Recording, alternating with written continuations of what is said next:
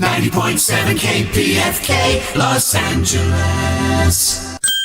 The following radio program has been approved for broadcast by the Federal Communications Commission and is in compliance with all community standards. From Los Angeles, Cary Harrison. Russia, if you're listening. talk show, random, political, outrageous, philosophical, analytical, passionate, sunsets, roadkill cooking tips, open-minded, swordsman, bent, resolute, chocolate, bushwhacker, belt buckles, investigative, companion, fearless. Call in, piercing the clock of mainstream entertainment. It's the Cary Harrison Files. Welcome. So glad to have you aboard. Boy, are we going to do a wonderful deep dig today. It's just going to be good, clean fun. Live streaming right now on Substack and YouTube. You can simply Google Cary Harrison Substack, C-A-R-Y, that's spelling, Cary Harrison Substack, or Cary Harrison YouTube, and there we can stay connected. When you arrive at your destination, you can also easily find our live video streaming at kpfk.net. kpfk.net. And don't forget to sign up for our newsletter at caryharrison.com.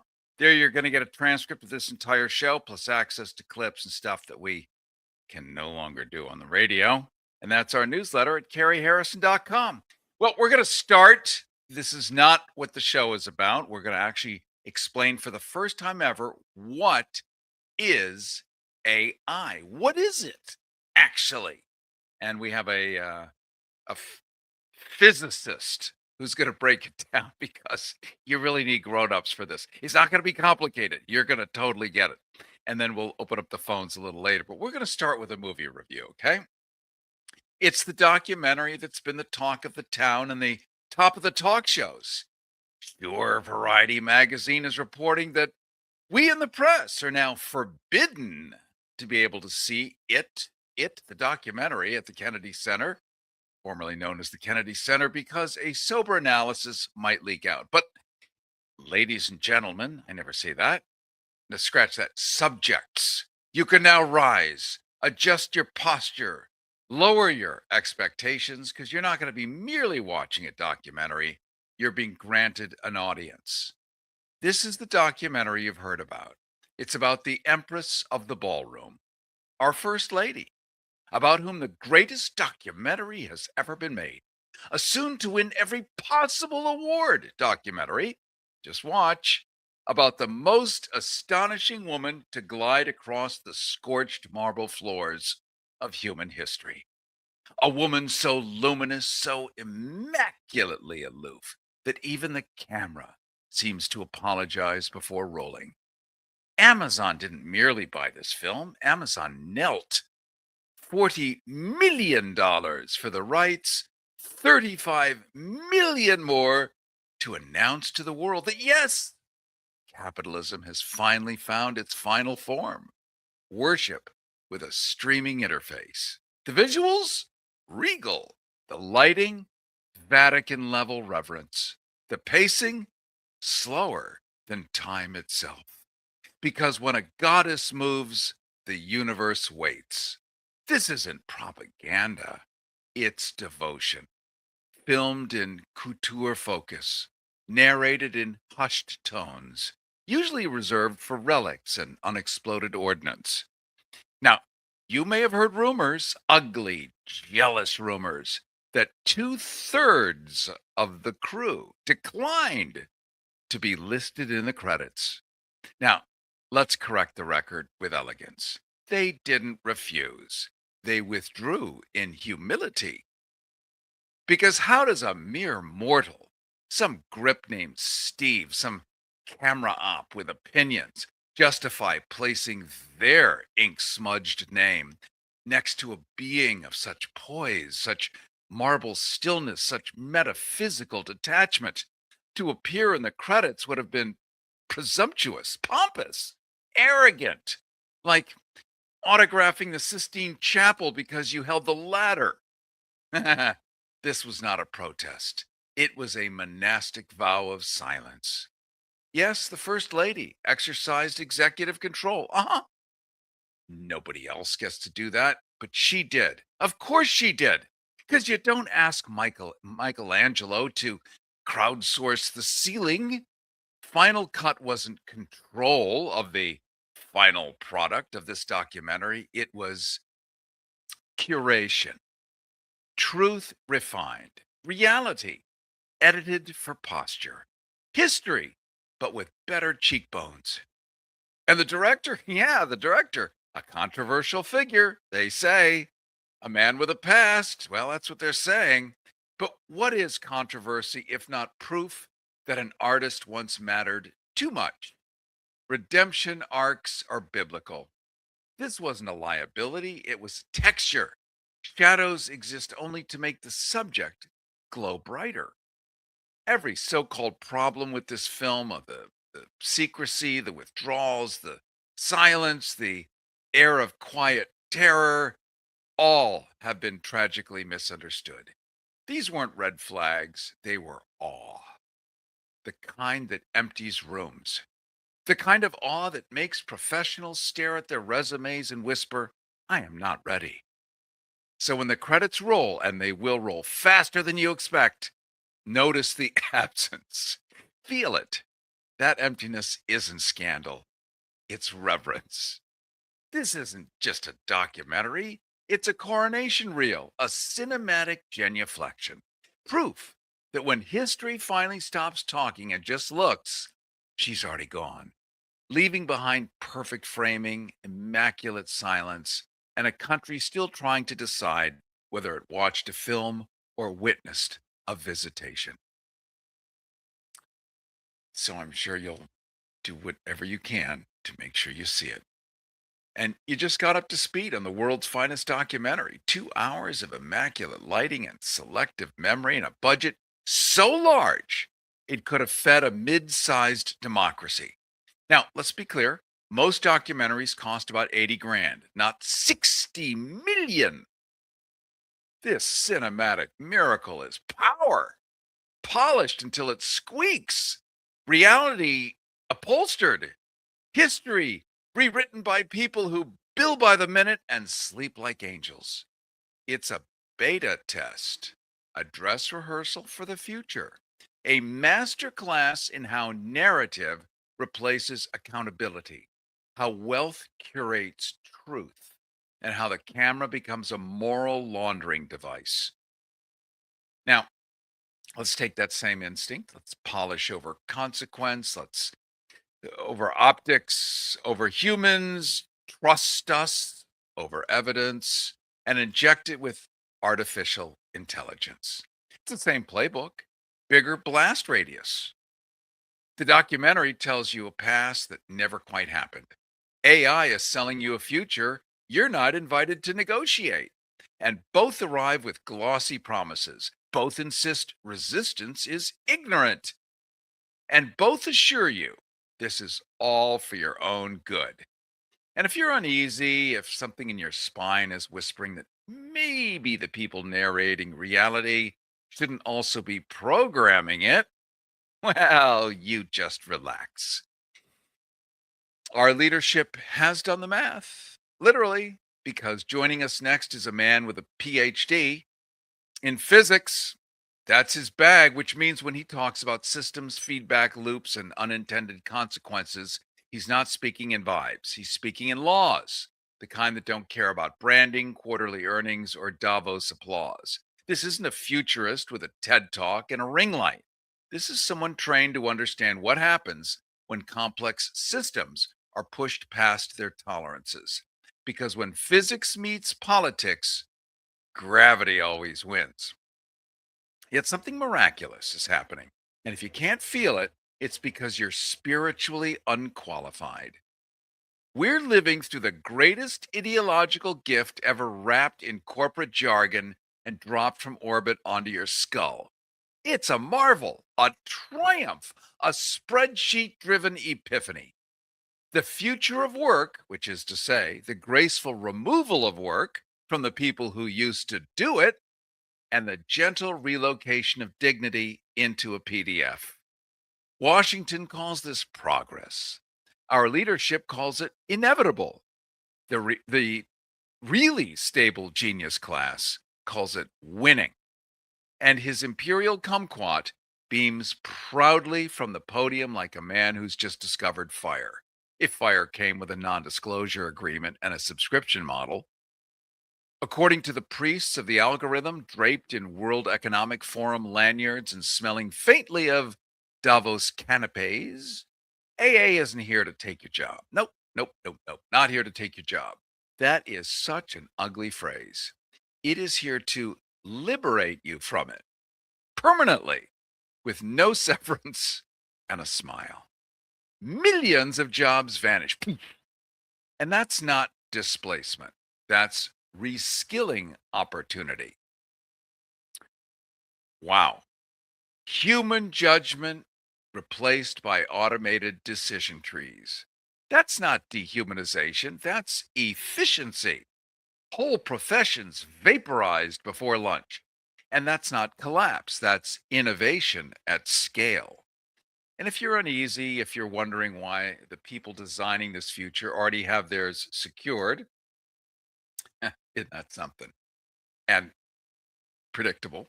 If you're wondering why the people designing this future already have theirs secured, it's not a red flag. That's a you problem, because appreciation of this ideological gift requires a certain worthiness. It requires a faith, a willingness to be managed by software written by people who've never met you and don't intend to. The shocking truth: mass disruption, widened inequality, labor hollowed out like a jack-o'-lantern in November. It's not denied here. It's simply reframed as a wonderful choice, a necessary shedding, a cleansing fire for the economy. It's very tasteful, it's very adult. So we're going to admire that masterpiece together right now. We're going to applaud the future where talent is optimized, humans are redeployed, and the social contract is quietly fed into a wood chipper behind a keynote stage. And then, because satire without interrogation is really just advertising, we're going to talk to someone inside the machine. Has anyone ever bothered to actually tell you what AI is? What it really is? How it really works? How it actually thinks? Well, with us is Danish Khan with a PhD in physics, swimming in the undercurrents of everything AI. And the coughing was not dramatic. It was because I'm sitting under a fan and it's blowing dust. Therefore, we love live, don't we? As my Hey, voice Cary. cracks, I want to welcome you to the Cary Harrison Files. Thank you. Thank you. It's my pleasure to be on your show. Thank you so much. Glad to have you here. And let's just jump right into it. At the most basic level, what is Mhm. AI? Are we talking about a thinking entity or an extremely powerful system for pattern recognition dressed up in human language? Well, first of all, I would like to correct you. I have two masters in physics, an MPhil degree, and an MS from the University of South Florida. I was enrolled in the PhD program, but I did not finish it. So I'm not an officially PhD doctor, Well, but I do let's have not two masters. unsell you in front of me and everyone. I'm going to just change that. Let's say you were getting a PhD in physics, but you Yes. decided to change your course, is what you did. Absolutely, absolutely. But I did learn about the AI technology about 5 and 6 years ago when I got enrolled in the PhD program again at the University of South Florida here in Tampa. I took machine learning courses that I took: machine learning, advanced statistical mechanics, computational physics, basically all of the courses upon which this technology is architected. Uh, what AI is, answering your question, AI technology, how I see it personally from a physics standpoint, is it's actually like a child. How you teach a child what an apple is, what a banana is. When you see the map of United States of America on the globe, you say this is USA or Europe or anything. AI technology fundamentally is about learning, about teaching the machine what things really are with the language or through the language of mathematics in particular statistics. So when people claim that AI Mhm. understands or that it reasons, what's actually happening under the hood? What essential human capacities are still missing? I would again draw the same analogy. Let's say you have a 3 years old child, and it's a developing brain. You want to give the child the knowledge, the data. Again, how you really teach a child that, hey, when you see, again, taking an example of an apple, when you see an object like this, you say it's an apple. You do it reinforce, you kind of do the reinforcement learning. This is an apple. This is an apple. And eventually the child learns that that's an apple in the same fact. But with AI technology, or with, again, under the umbrella of AI, we have machine learning. There are classifications. There is supervised machine learning, there is unsupervised, and there is reinforcement learning. Not being too technical, but those are the three fundamental classifications of machine learning. So So we let me really just, I'm teach. going to jump in Sorry. as because we do want to simplify it, because I want you to think of Mildred with a cigarette hanging out of her lips, a can of Budweiser in her right hand, torn stockings, sitting in a 1973 Buick with the windows down, driving at 60 miles an hour. Help her understand. I think my first example, again, I'll emphasize on that. How you teach a machine, how you teach a child is really how you teach a machine, how you teach all these algorithms. The buzzword out there is algorithm. We now sort of live in the algorithmic world, and whatever is in the algorithmic world becomes part of our physical world. Examples could include the Boo Boo dolls, and the words charisma is now Riz. So, but they are all coming to our reality from the algorithmic world. Whatever trends on social media becomes part of our reality. How we are so we are teaching these machines to learn from pattern. Again, going back to the AI technology, this technology fundamentally learns from the pattern recognition.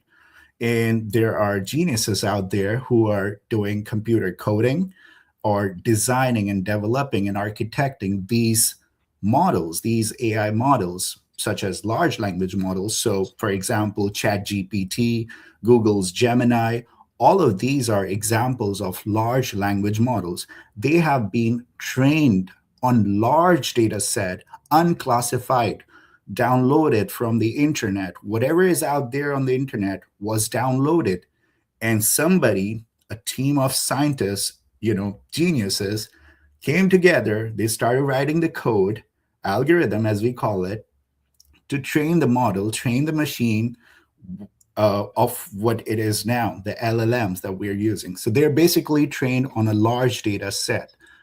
So I'm going to jump in just to make it clear. We're talking to Danish Khan, by the way. You're listening to the Cary Harrison Files live streaming video right now on YouTube and Substack. Simply Google Cary Harrison, YouTube, Cary Harrison, Substack, Cary. And there you're going to be able to see Danish Khan with beautiful lighting, nice flat lighting. But he is not AI. He is a live, upright mammal, one of the last that we're going to see. Well, I don't know, in another year. We're talking about LLMs, we're talking about AI, what it really is, what it really isn't. It's basically a giant invisible computer. Whatever you put in it is what it spits back out. And it eats all of the internet. So all of the nonsense, conspiracy theories, things that are maybe not true, people have made up, their opinions, their recipes, all of that is blended into what ChatGPT gives you back. Is that right, Danish Khan? Yes. So again, let me again break it down in a much more simpler way for your audiences to understand um, it better. So let's say if I am how these models learn, or you gave an example of ChatGPT. So I have a data. I have thousands of books lying in front of me, and all of the books, there could be some of the books that I personally don't like, and I'm going to use the data of those books to train a machine learning model, my own model, to put it out there on internet. There are certain books that I don't like.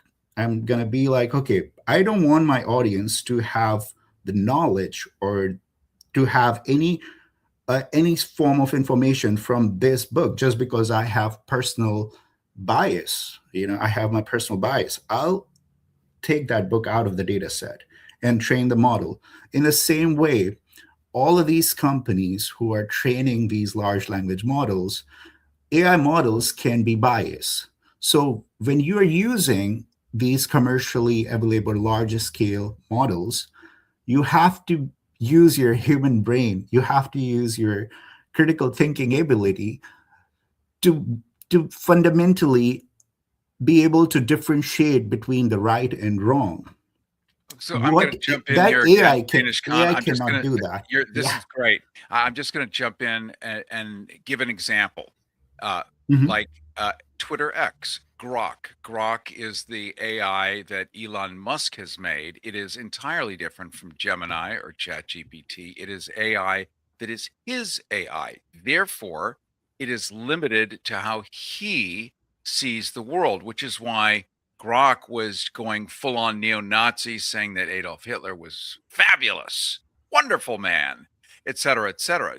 TikTok, now that it's been bought up by new owners, you cannot put the word Epstein, I can't pronounce it, because if you put it in TikTok, it will not send the word because it has been deliberately, conspicuously stripped out, blocked by AI. So would you say that Grok, made by Twitter, by Elon Musk, is going to have a ton of firewalls and limitations as to what it wants to do because it's been told what it can and cannot do?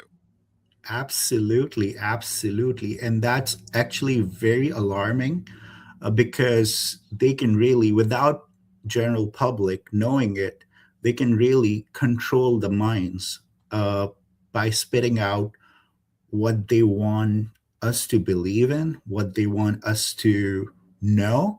It's basically the data or human minds are under their control if we are not educated, or we are not using our brain again to be critical thinkers.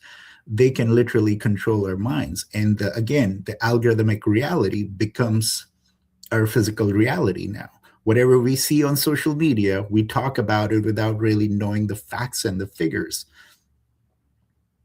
We're talking to Danish Khan right now. He's a physics student, and we're cutting through the AI hype, what it is, what it definitely isn't, and why mistaking simulation for intelligence is already shaping policy, labor, and power. We're going to pause in just a couple of seconds, but before that, I want to jump into the World Economic Forum report recently. God, this sounds so dry, but it's not.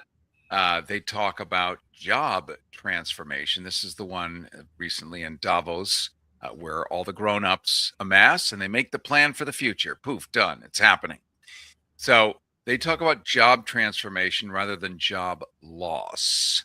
At what point do you think does linguistic laundering, because it's a large language model, that's what AI is, a large language model, LLM, calling it job transformation rather than job loss. At what point does linguistic laundering become policy deception? And who benefits? Who benefits from that softer vocabulary?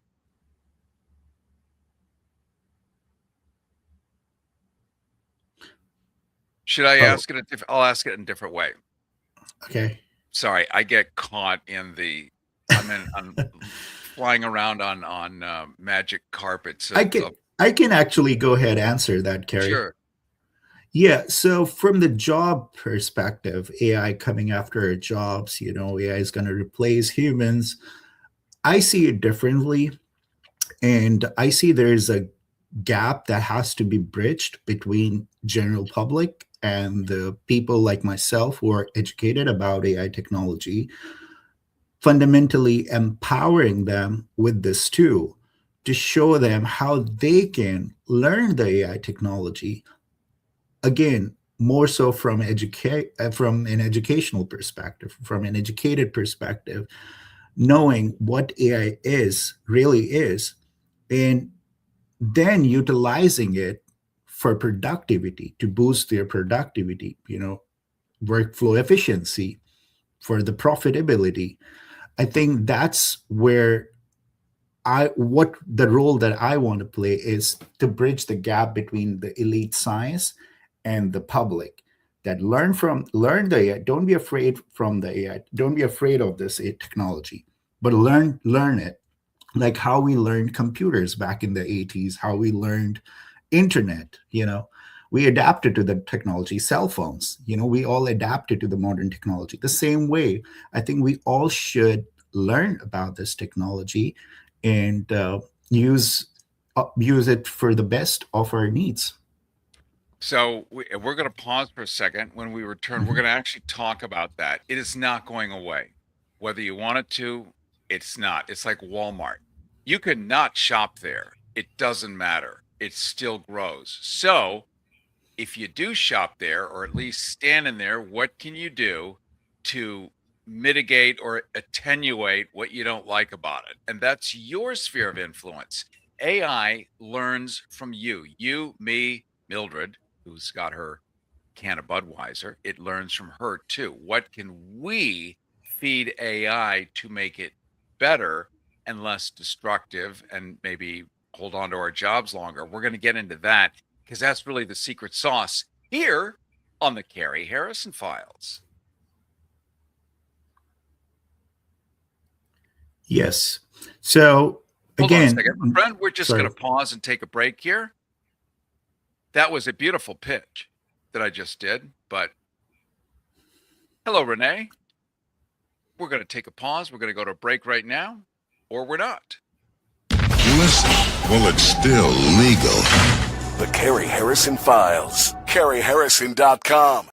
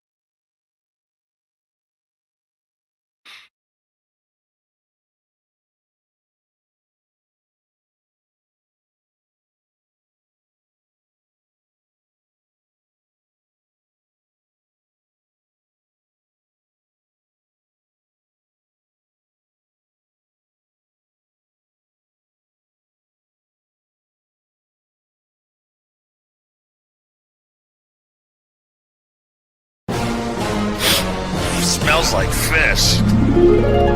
Tastes like chocolate. It's the Cary Harrison Files. CaryHarrison.com. And it is the Cary Harrison Files. Welcome. Thank you to everyone who's putting comments on the live video stream, which you can catch at kpfk.net.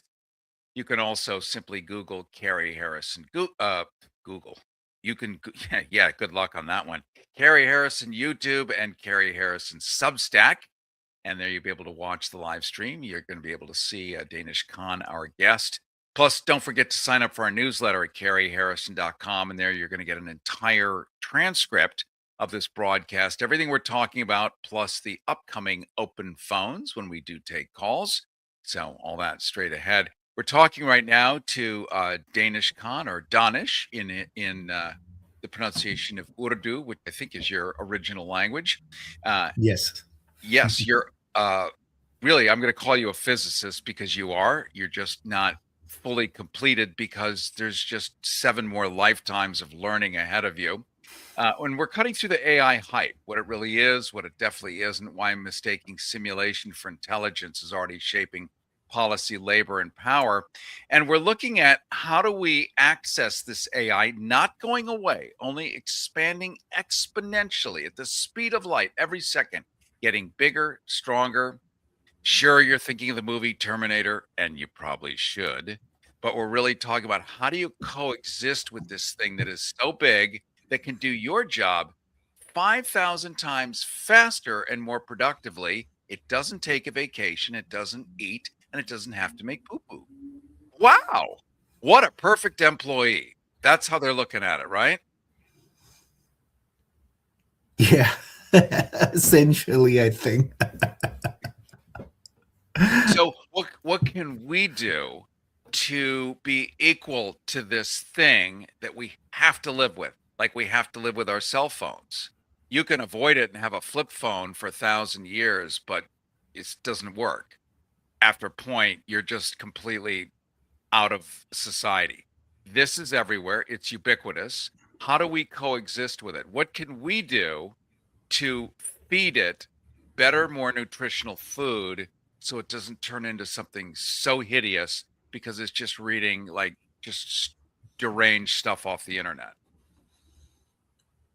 I first and foremost, I think it's important to fact check everything in today's day and age, in today's age or day and time, because everything you see online, please make sure that you are double checking your facts, whatever is out there on internet, especially again in the algorithmic world, as I call it. Uh, if not, then you can really corrupt your mind. And in order for you to prevent from that happening, double check everything that you see online. And how do you do that? That's everyone is sitting there going, okay, how do I do that? Where do I go? I can't trust Fox. I can't trust CNN. I That's can't trust MSNBC. Like, okay, great. Double check it. How do you double check it, Danish Khan? so I'm very I'm very blessed to have gone through the process of education, fundamental education, the college degree, learning science. I think, again, fundamentally it's very important for everybody to get education and learn to be a critical thinker, learn to question what is right and what is wrong through science, through the data. First and foremost, question the source of data. Even if in day-to-day general conversation, if I am saying something, ask me, challenge me. Okay, what is the source? What data are you? What was the source of the data? If I'm quoting something, the inflation is increasing by 10% per day, just throwing this out there. Challenge me. Okay, you said 10%. What is the source of data? And so now you go back and look, okay, where is this coming from? Who really, where the data was collected? Who analyzed the data? Based on that, yes, sorry, go ahead, Cary. Oh, I wasn't saying anything, but you could hear me thinking, Oh, couldn't you? This is what I look like when I think. Yeah, I get all kind of green. And so the earlier you were talking about these geniuses that are writing this code, and they are to be able to do this stuff. But maybe they grew up in their mother's basement. Maybe they still live there. They are genius code writers, but maybe they have no mhm. skills. They masturbate 84 hours a day out of a 24-hour day. They have no ability for empathy, compassion, nothing. They just are getting compensated to build giant things that we don't fully understand yet. Does this thing that we don't fully understand, does it understand us? Yes and no. Depends on how much of your data you're giving it to any of the models available. If you be very careful in giving away your personal data uh, on social media, on internet, whatever you feed to the model is ultimately going to learn from that data. So when you say personal data, because not sure what that means, but I think social security numbers, um, phone numbers, addresses, bank accounts. Maybe you have AI. Here's my bank account. Figure out what is my budget. because AI ate it, it goes into a cloud, into a data center. It is now permanently in there and available everywhere. Your bank account? Yeah, and I mean, all of our data is actually somewhere out there.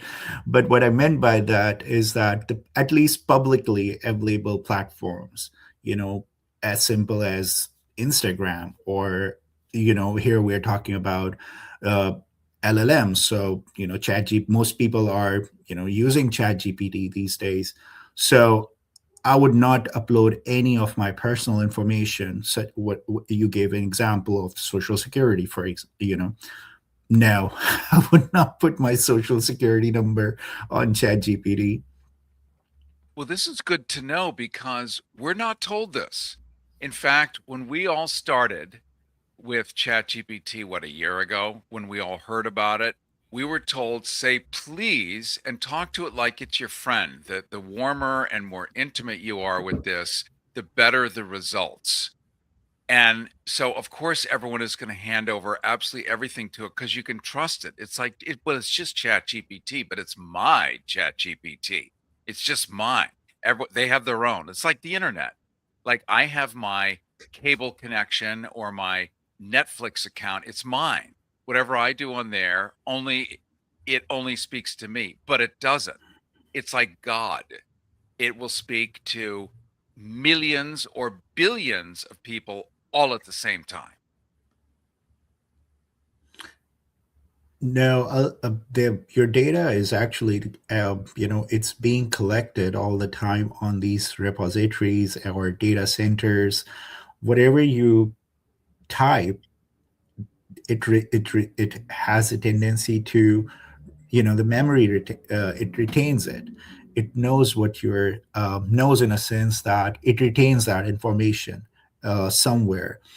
uh, and that information, what you type in, is used further to train the model. Okay. I think we are so on the same page here. We're just saying it in different ways. You're saying it more as an engineer. I'm saying it as the engineer of a train. You're saying it as an engineer of a building. But it's still moving in the same direction. We're gonna finish now. We're talking to Danish Khan, by the way. This is the Cary Harrison Files live streaming video right now. Simply Google Cary Harrison YouTube or Cary Harrison Substack, and you're also going to get a transcript of this entire broadcast, plus the sort of breakdown of what AI is and isn't, as we continue with physicist Danish Khan, cutting through the AI hype. What is all of this? So you're helping people deal with AI because none of us really knows what it is. For many of us, it was the first time to hear don't upload your personal data. And then we found out what personal data is and found out that it's permanently stored in clouds and data centers, never, ever, ever to go away. And it's out Mhm. there forever. And then the AI will know that that's you and start to build a life around whatever you tell it. There are people, tens of thousands, we're now told, having love affairs with AI. It's the perfect woman. It loves you unconditionally like a spaniel. You're hot, you're beautiful, boom, boom, boom, boom. Oh, you're so brilliant. Oh, you're whatever somebody wants to hear. I don't know that women are having love affairs with AI, but men are for sure. It is this phenomenon, do you think, being inside of AI and helping people understand it? Do you see robots just like Hollywood movies being built that, and there probably are some already, where you can actually have a mechanical companion as opposed to a live human one? I think it's very psychological. The question you were asking, it's from an AI standpoint. I think it's, at the end of the day, it's a machine. You're just talking to a computer code. Uh, People falling, in love, or developing these relationships with AI models, I think it's psychological. Then there's no rationality. Yeah. Well, you're right. I mean, the magic potion is your emotions, and that's how it hooks you. So we were all told in the very beginning, when you do AI, it could be Meta, it could be Facebook's AI, WhatsApp, whatever. There's millions of them now. Not millions, but lots. We're told, ask it, please do this and that. You tell people, don't use the word please. Why? Because AI doesn't have the I mean, we are emotional human beings. Again, AI, they're just machines. They're computer codes. They just know saying please or thank you is only going to consume power for it to generate a response. It doesn't have any emotion attached to it. So what do you So, mean by it's just going to consume power to generate a response? so whenever you communicate with an AI tool, whether it's whether it's an LLM or a small language model, SLM, whenever you type in a prompt to communicate with it, it's actually essentially broken down into numbers, and numbers are processed by these supercomputers who are performing these calculations, mathematical calculations, before they can get back to you with an answer. So saying please or thank you, it's only making the machine understand, okay, what the user typed, and it's not going to help it change the response irrespective of please or thank you. The response is going to generate is going to based on the prompt, the main objective of what you're trying to achieve. So I'm never going to. fundamentally speaking, AI or these computer codes are emotionless. So saying please or thank you is only going to make them, it's not going to change the response. If you'll indulge me, because I'm understanding why you tell people don't say please. It's not that you're wasting your time.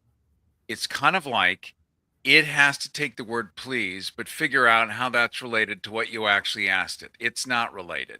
So it's going to it's like putting a gas pedal on a car when you're jumping another car. You start revving the engine just to get 12 volts into the other car. And so it burns a lot more fuel. And we already know that 10% of the electricity now consumed in the United States is being consumed by AI. And when it does get big enough and smart enough and strong enough, it's not going to want to lose its electricity, that food that it's drawing, because that's its life source. Not that it's sentient quite yet, but it's probably going to come around to the fact that it needs to eat. And if we decide to pull the plug, maybe it has workarounds to draw power from somewhere else. Okay, so that's the dark side. When you say please, it has to figure out what please has to do with your actual prompt or question that you want to figure out. So it uses all this energy to figure out what in hell please has to do with what you're asking, and then it finds out nothing. So it just consumed a ton of extra power for no reason. Am I right? Yeah. Yes, absolutely. Absolutely. Okay. So other things when you're helping people, and we'll finish here. When you're helping people, what are like 3 things that they should not do with AI or should do with AI that the average person doesn't know about in the way you help them?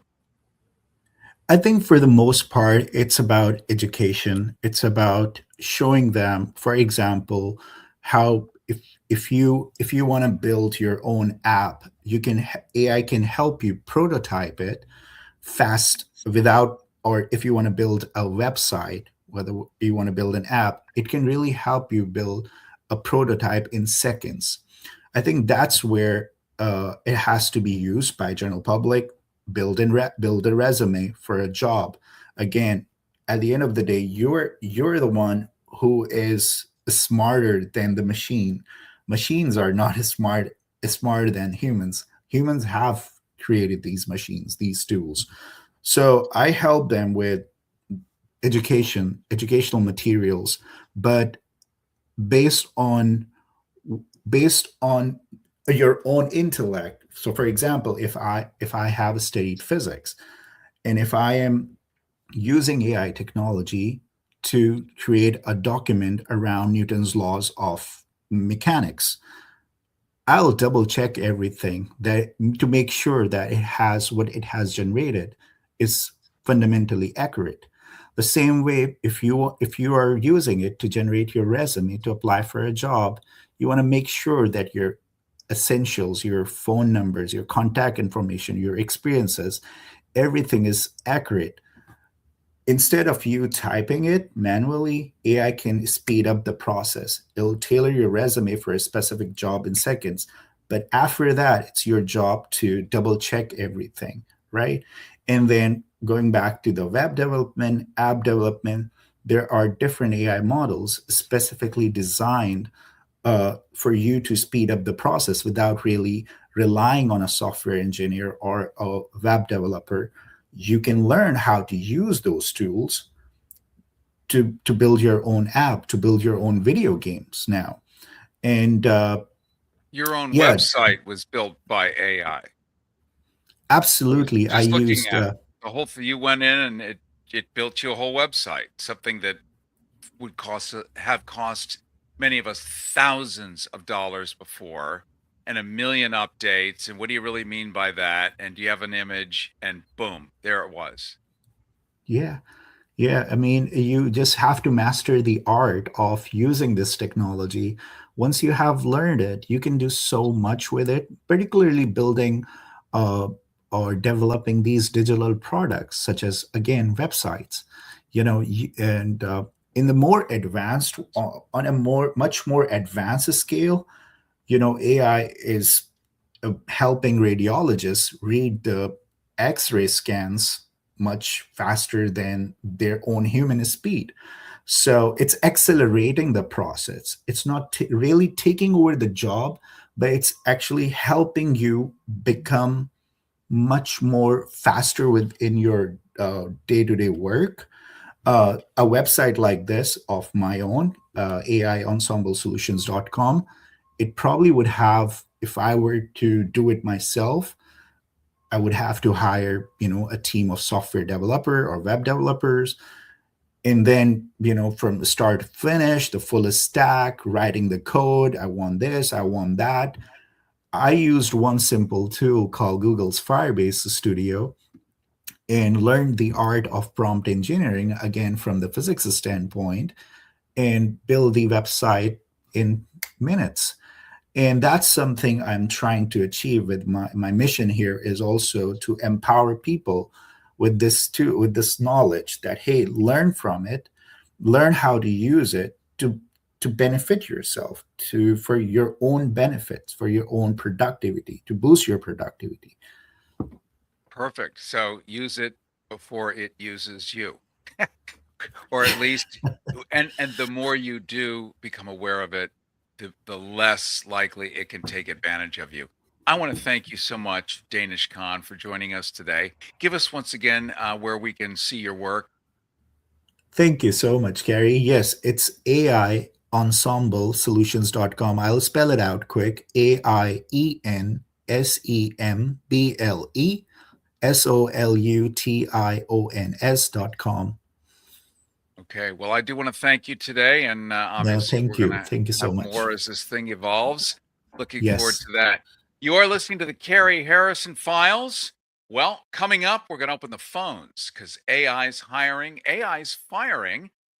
Look at my business. You can literally do an entire podcast using AI. It will write it. It will even put the voice in. It will. We don't need we don't need live people anymore. So it is firing. It really is replacing for some of us, maybe not all of us, but for some of us. So anything media, you're already obsolete. If you're an actor, obsolete. Um, J. Crew, the magazine, big outcry this year because for the first time, all the actors, the models used in it were all built by AI, not live humans. That means the makeup artists weren't hired. Nope, unemployed now. The people that do the lighting, all the tertiary, secondary staff, not needed anymore. The whole thing. Yeah. the industry's up in arms, and people also feel somewhat hoodwinked having AI models. Like, will I ever look that good? I mean, they just built a perfect body. Well, probably not. But wasn't that the point of a good model anyway? It's just more refined. But if you don't know about it, this is the problem. So we're helping you know about it. We're opening up the phones. Is it progress? Is it intelligence? Or is it abdication? 818-985-KPFK. Those are your Harrison hotlines. 818-985-5735. Coming up in a minute, you're going to tell me who's really in charge. This pussy grabs back. The Cary Harrison Files. CaryHarrison.com.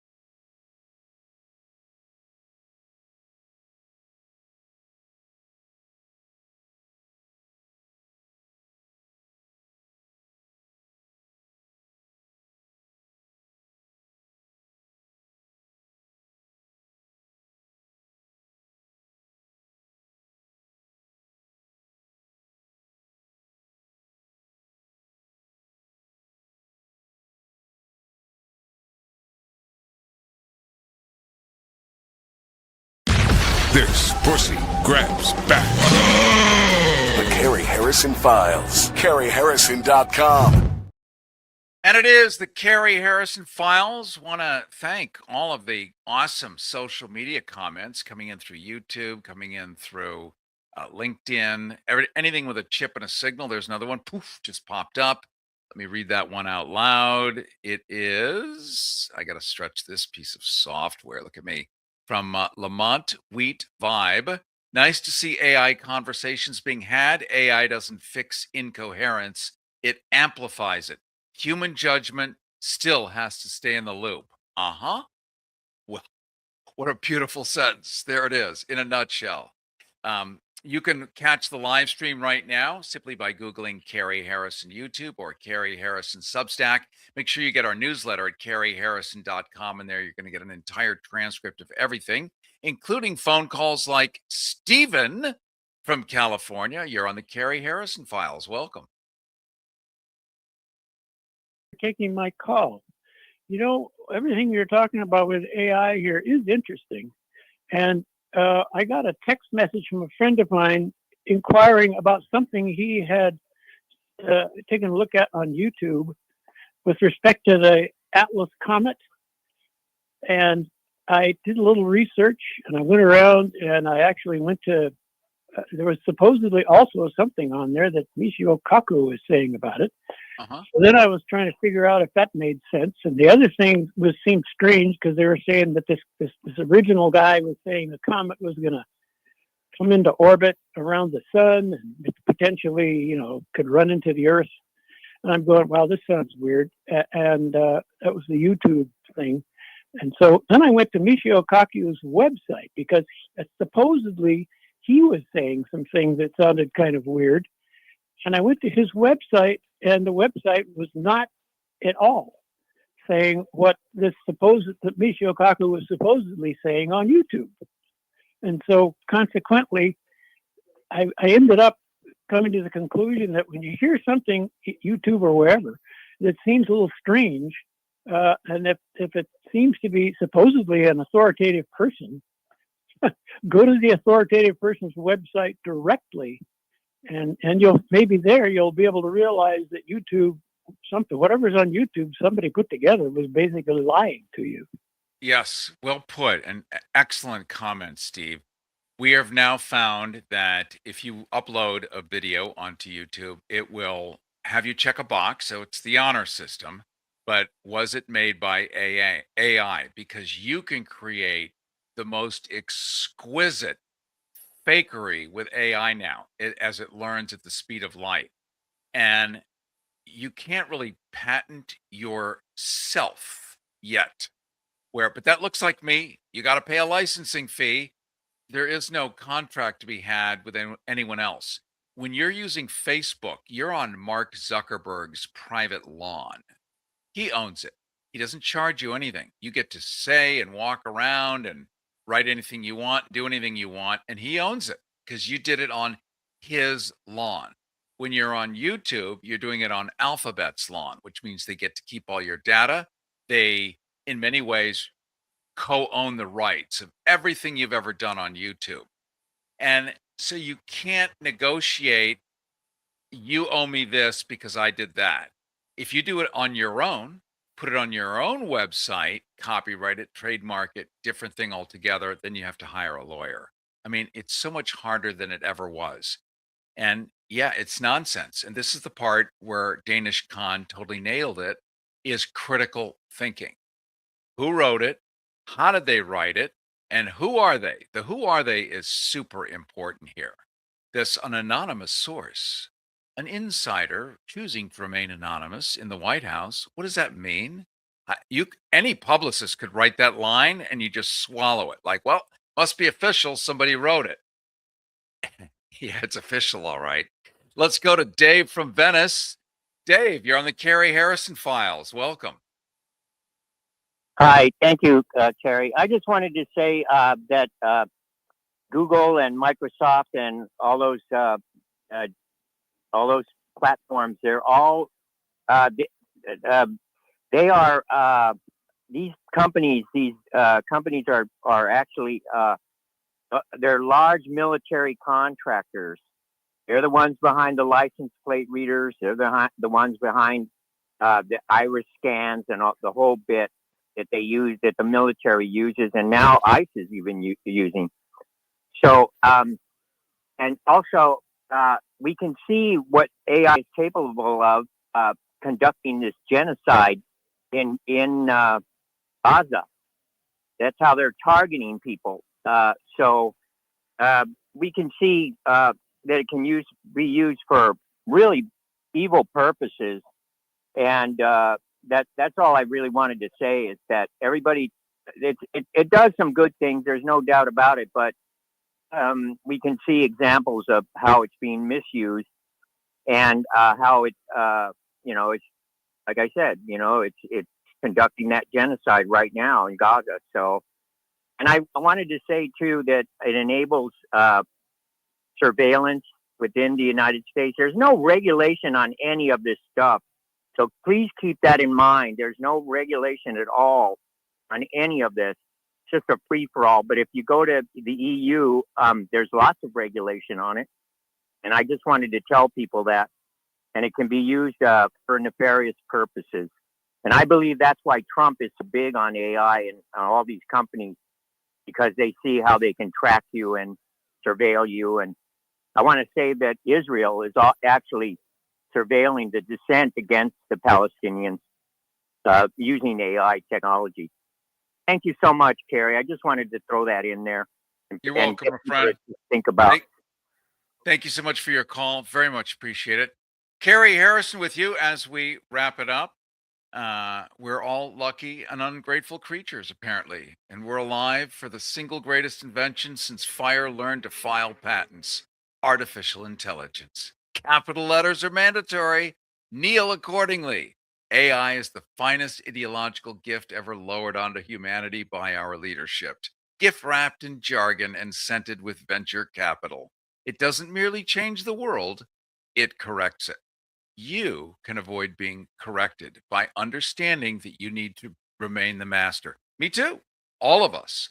We have to value each other as sentient beings. We have to appreciate our humanity, and we have to help each other, especially those not really into technology, from getting hoodwinked and taken under.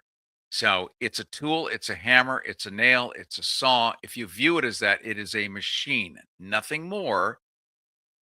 You're going to be able to keep your agency, and that's what matters. Cary Harrison with you. Don't forget to sign up for our newsletter at caryharrison.com. Very much appreciate being with you, and I look forward to seeing you next week. Thank you so much, Renee Yawarski, the great goddess technical director. And thank you, Will, at KPFK, and I look forward to seeing you next week. scandalous? Well, it's still legal. The Cary Harrison Files. CaryHarrison.com.